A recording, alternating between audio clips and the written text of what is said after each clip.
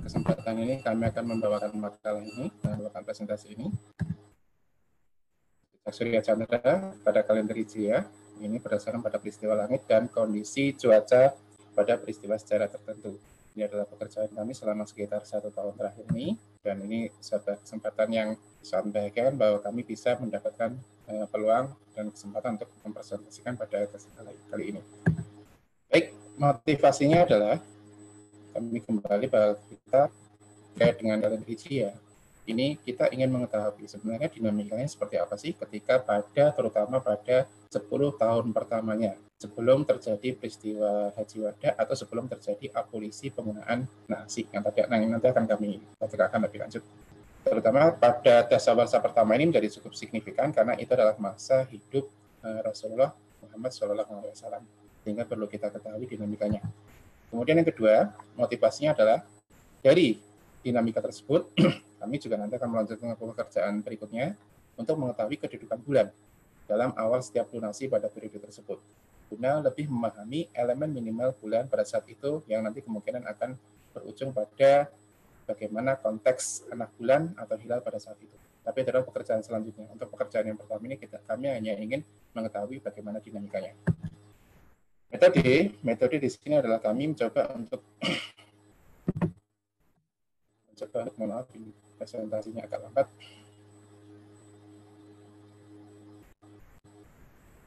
Metodenya kami adalah melaksanakan analisa bagian-bagian tertentu dari penggalan riwayat hidup Rasulullah SAW melalui Sirah Nabawiyah. Ini ada banyak sekali catatan terkait dengan Sirah Nabawiyah. Ada yang dari misalnya Muhammad Hussein Haikal, ada yang misalnya dari Ibnu Hisham dan lain-lain, tapi kami menggunakan yang berasal dari Ibnu Hisham. Sementara terkait dengan peristiwa langit, dalam hal ini adalah gerhana matahari, secara historikal, kami mengandalkan dari 5 Millennium Canon of Solar Eclipse yang pernah dipublikasikan dari NASA. Terkait dengan peristiwa langit berikutnya, dalam hal ini adalah gerhana bulan, historikal, kami juga mengandalkan dari 5 Millennium Canon of Lunar Eclipse yang juga dipublikasikan atau disajikan oleh NASA. Dalam hal ini yang pernah disampaikan oleh Mr. Fred Espenhak.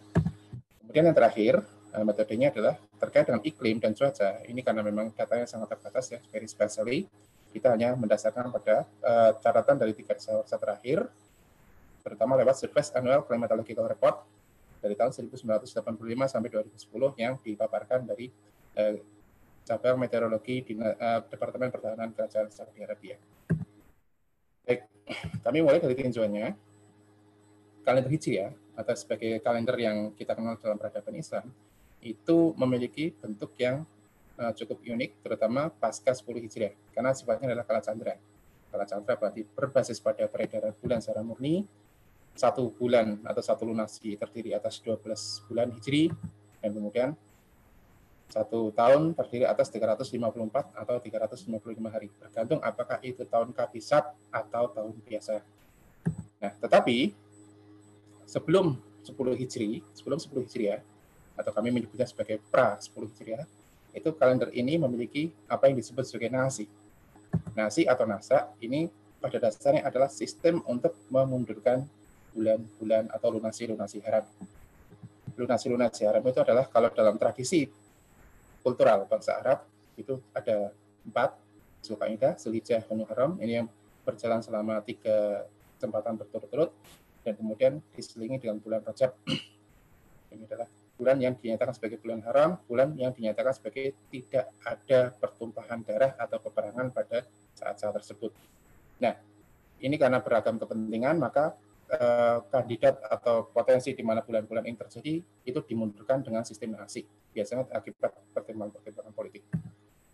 Kemudian yang ketiga, tinjauannya adalah ini kami bertanya sekaligus berhipotesis apakah nasi merupakan sebuah interkalasi yang khas pada kala Surya Chandra.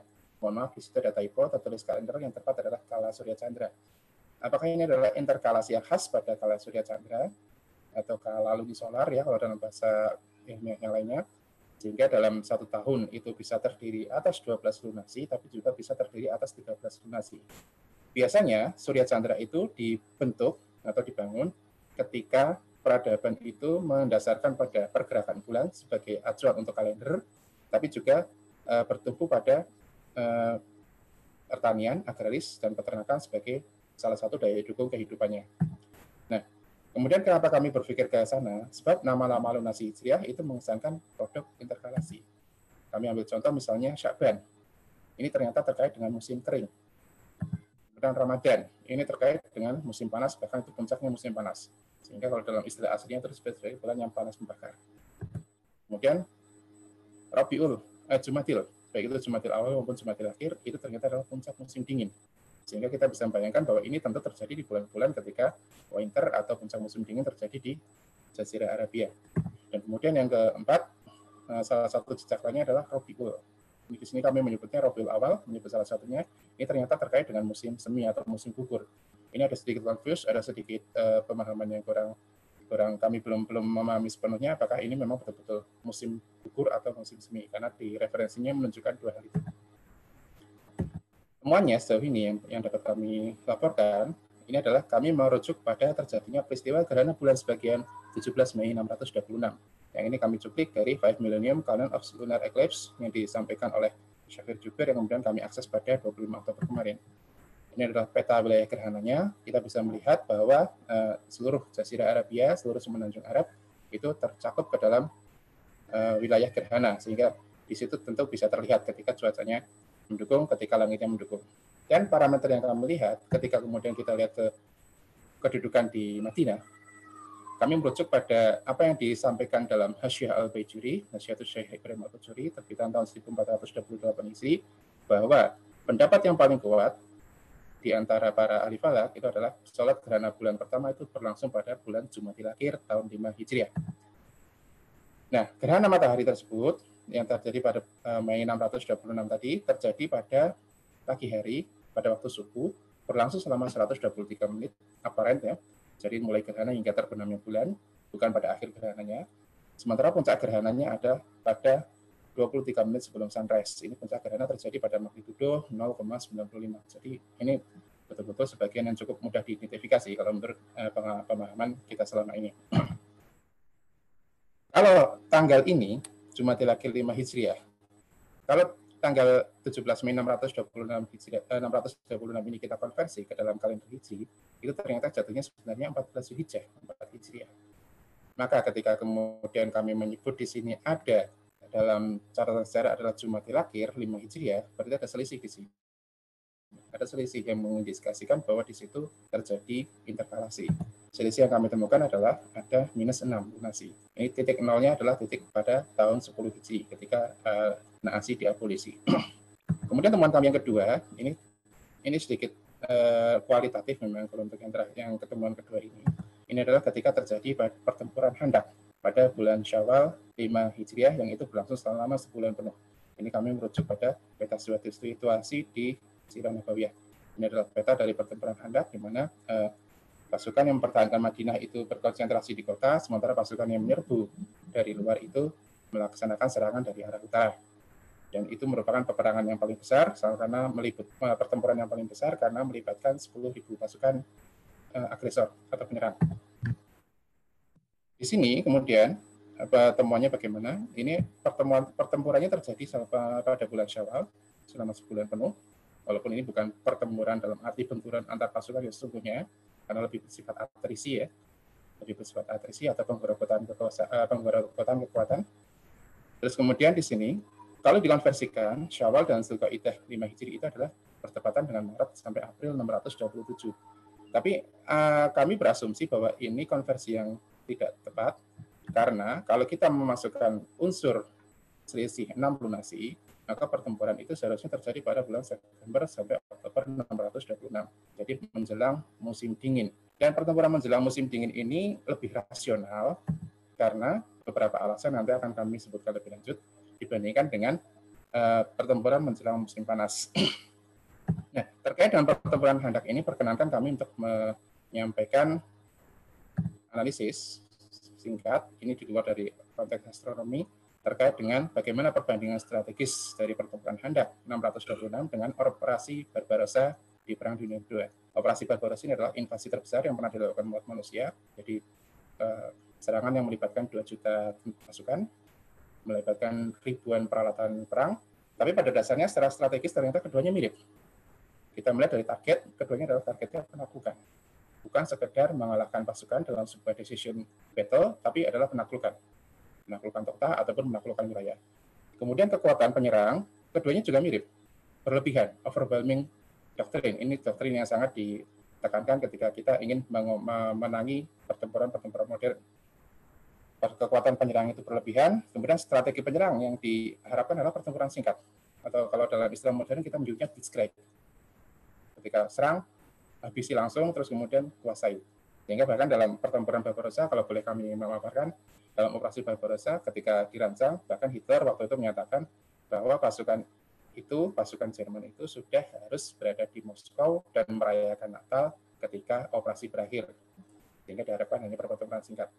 Sementara strategi dari penahan atau dari pihak yang diserang itu melaksanakan pertempuran yang berkepanjangan, yang sifatnya atrisi. Jadi, mohon maaf, tinggal 2 menit. Baik, Pak. Baik, terima kasih. Dan kemudian ada faktor suhu dingin yang kemudian juga sebagai pendukung, sebagai hal yang kemudian menentukan kemenangan. Nah, temuan kami adalah jejak Surya Chandra itu terlihat misalnya pada peristiwa haji pertama yang terjadi pada bulan Zulkaidah tahun 99 Hijriah, jadi bukan pada bulan Zulhijjah. Ini ada munduran atau selisih dari satu lunasi. Kemudian yang kedua, ini ada pada pertempuran Tabuk. Ini juga selisih satu lunasi dari aktualnya. Terus kemudian ada pada pertempuran Khandaq yang tadi telah kami paparkan. Dan kemudian ada pada gerhana matahari. Sebagian tahun 2 Hijriah, ini adalah gerhana matahari yang dalam pendapat yang cukup roji juga atau cukup kuat itu disyariatkan sebagai saat awal pelaksanaan sholat gerhana matahari. Dan kemudian yang terakhir yang juga cukup menentukan adalah pada pertempuran Badar yang terjadi pada 17 Ramadan 2 Hijriah di tengah musim panas. Dan ini kalau kita menerapkan interkalasi 7 lunasi, maka itu bertepatan dengan Jumat 19 Agustus 623. Baik, kesimpulannya adalah kami mengindikasi adanya kala Surya Chandra pada dasawarsa pertama tahun Hijriah. Nah, selama tahun 2 sampai tahun 9 Hijriah terjadi paling tidak 7 interkalasi atau 7 lunasi tambahan yang kalau diakumulasikan dalam jumlah hari itu paling tidak maksimal 210 hari. Kalau kita mengacu pada prinsip dasar dari lunasi dalam kalender Hijriah.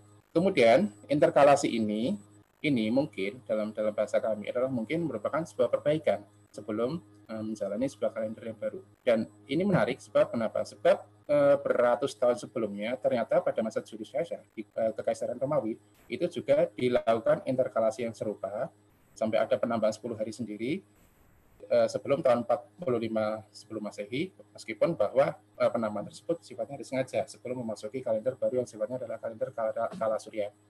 Jadi ini sedikit berbeda, sebab kalau dalam interkalasi Hijriah ini kemungkinan ini tidak disengaja.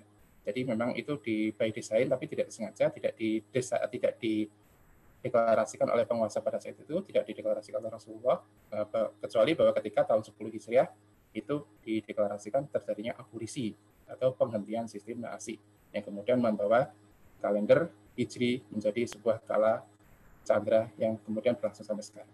Nah, demikian yang dapat kami sampaikan. Waktu kami kembalikan kepada Pak Widya selaku moderator. Pak Hiran, Assalamualaikum warahmatullahi wabarakatuh.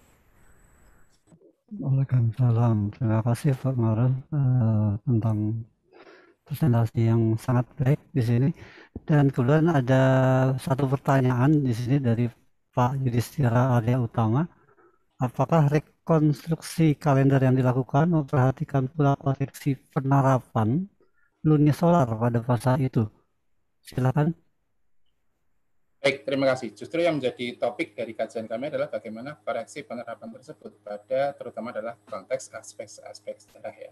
Kalau dalam aspek astronomi kan kita bisa mengatakan secara dalam tanda kutip hampir pasti pada tingkat ketelitian yang sangat tinggi ketika kita bisa mengatakan terjadi gerhana bulan pada tanggal Mei 626 tadi, dan itu ternyata di konteks sejarah dinyatakan terjadi pada bulan Jumadil Akhir, padahal seharusnya berdasarkan konversi itu terjadi pada bulan Zulhijjah, ini tentu ada selisih yang cukup besar yang kami sebut sebagai selisih 6 lunasi sendiri, dan ini mengindikasikan adanya koreksi di situ. Nah, koreksi-koreksi tersebut ketika kemudian kami terapkan, kemudian kita menemukan ada paling tidak 7 interkalasi tambahan, 7 interkalasi selama periode dari tahun 2 sampai tahun 9 Hijriah.